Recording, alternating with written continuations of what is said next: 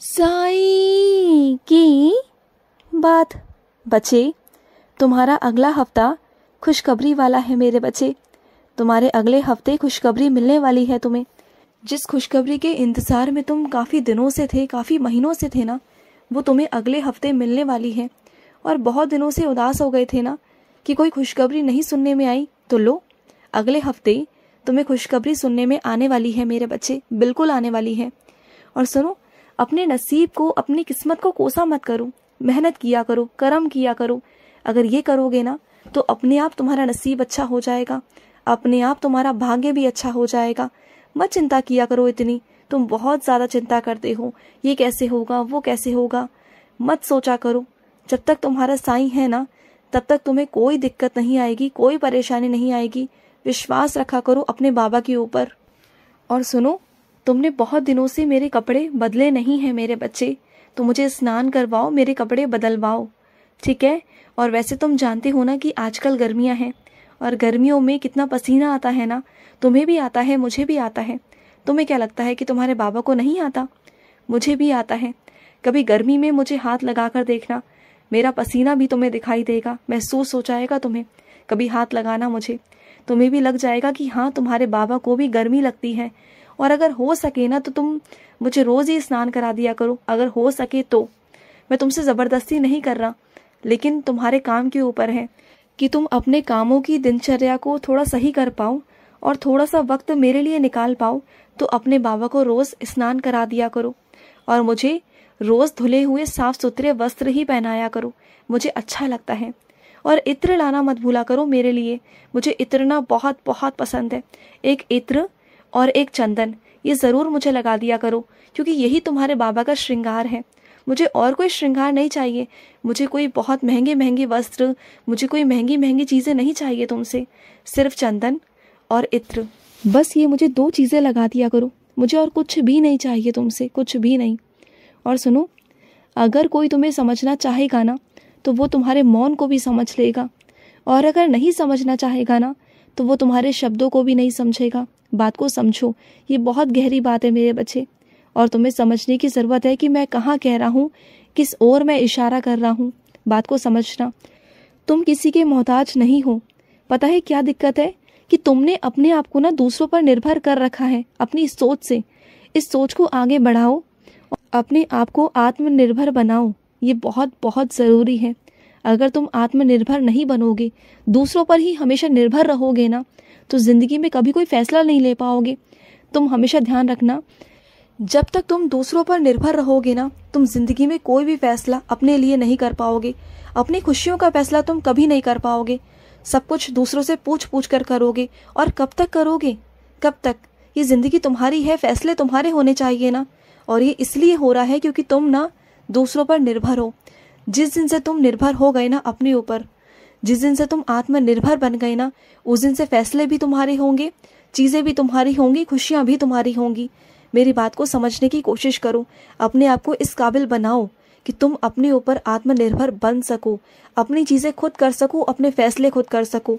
बात को समझो, क्योंकि कोई भी ना कितना भी अच्छा बन जाए, कितना भी अच्छा कर ले, लेकिन एक ना एक दिन ना वो अपनी बातों से तुम्हें सुना ही देता है, तुम्हें ताने मार ही देता है कि तुम उस पर निर्भर हो।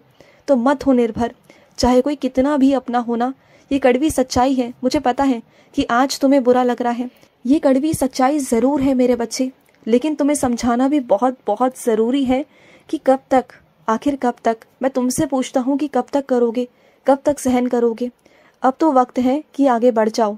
मैं हूँ तुम्हारे साथ, किसी से घबराना मत, डरना मत, निडर हो के ज़िंदगी जिया करो। तुम्हारे साथ तुम्हारा बाबा है, तुम्हारे साथ तुम्हारा साईं है, किसी से डरने की ज़रूरत नहीं तुम्हें, समझ गए? और सुनो, तुम जहाँ जो चीज़ करना चाह रहे हो ना, वहाँ पर पैसे बहुत ज़्यादा लग रहे हैं, मुझे मालूम है, और तुम्हारे पास में उतनी सक्षमता नहीं कि तुम उतने पैसे वहाँ भर सको, वहाँ कर सको, वहाँ जा सको। तो सुनो मेरी बात को, बात पैसों की नहीं मेरे बच्चे। पैसे तो तुम्हें मैं जहाँ तहाँ कहीं भी पहुँचवा दूंगा, किसी के भी द्वारा, किसी के भी ज़रिए। तुम्हारे बाबा के लिए पैसों की कोई अहमियत नहीं, तुम जहाँ चाहोगे वहाँ भिजवा दूंगा। लेकिन ये चीज़ सोचो ना कि अगर तुम्हें मैं वहाँ नहीं भेज रहा तो इसके पीछे भी कुछ कारण है ना। मैं अगर तुम्हें वहाँ से कहीं और भेजना चाहता हूँ, कहीं और से करवाना चाहता हूँ, कुछ और चीज़ दिलवाना चाहता हूँ, तो समझो ना इस बात को। तुम मेरे कारणों को समझ नहीं पाते हो, मेरे संकेतों को तुम समझ नहीं पाते हो, क्योंकि तुम भविष्य नहीं देखते।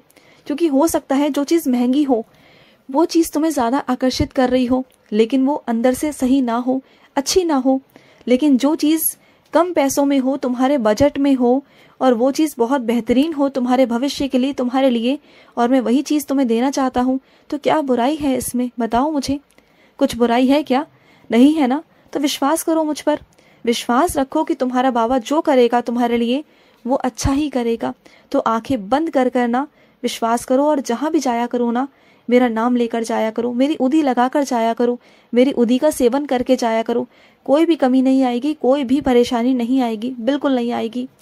और कुछ मेरे बच्चों ने संकल्प लेकर ना मेरा व्रत शुरू किए हैं। मुझे पता है मेरे बच्चे, तुम्हारा संकल्प ना खाली नहीं जाएगा मेरे बच्चे। मैं बिल्कुल तुम्हारे संकल्प को खाली नहीं जाने दूंगा।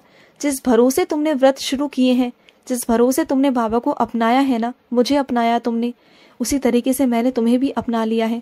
और मैं तुम्हें विश्वास दिलाता हूँ, वादा करता हूँ तुमसे, तुम्हारे व्रत खत्म होते होते तुम्हारी इच्छा मैं पूरी कर दूंगा। लेकिन व्रत रखना 9 व्रत, 9 व्रत ही तुम्हारे होने चाहिए मेरे बच्चे। और तुम कुछ चीज़ों को लेकर क्यों इतने निराश हो जाते हो? क्यों सोचने लगते हो कि अगर ये नहीं हुआ तो आगे कुछ नहीं होगा? सुनो मेरी बात को, जो गिरता है ना वही गिर कर मजबूत होकर खड़ा होता है, और जो खड़ा होकर फिर चलता है ना, फिर उसे गिरने का डर नहीं रहता, क्योंकि वो पहले से ही गिर चुका होता है। उसे पता होता है कि कहाँ कोई कमी रही थी, कि मैं कैसे गिरा, तो वो और मजबूत हो जाता है, उसके पैर और पक्के हो जाते हैं। वो अपने बाबा का हाथ थाम लेता है, फिर उसके बाबा उसे कभी गिरने नहीं देते। तो तुम वैसे ही हो चुके हो मेरे बच्चे। तुम्हें जितना गिरना था, लोगों ने जितना गिराना था, तुम गिर चुके।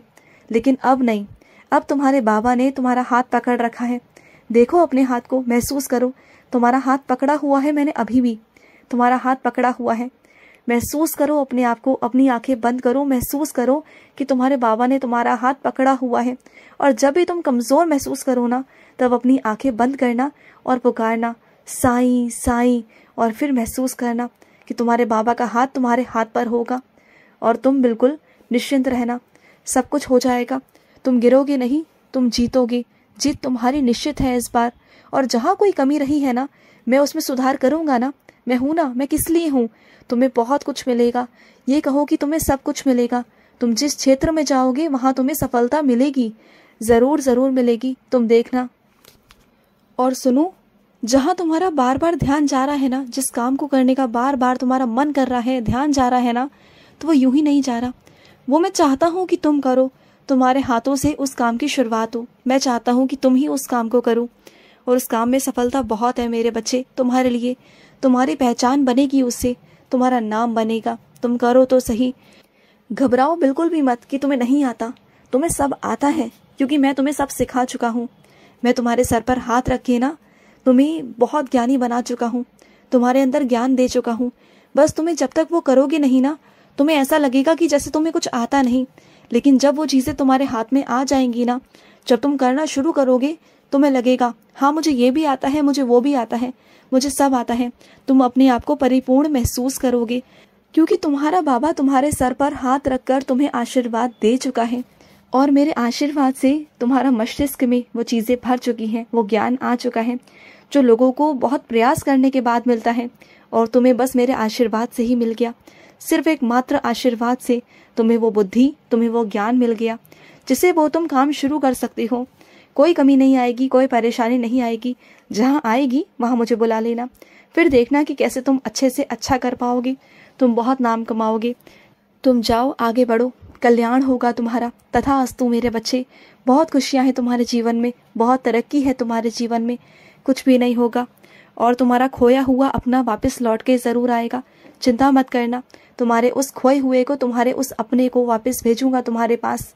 खुश रहो। आज का रात्रि साई संदेश समाप्त हुआ।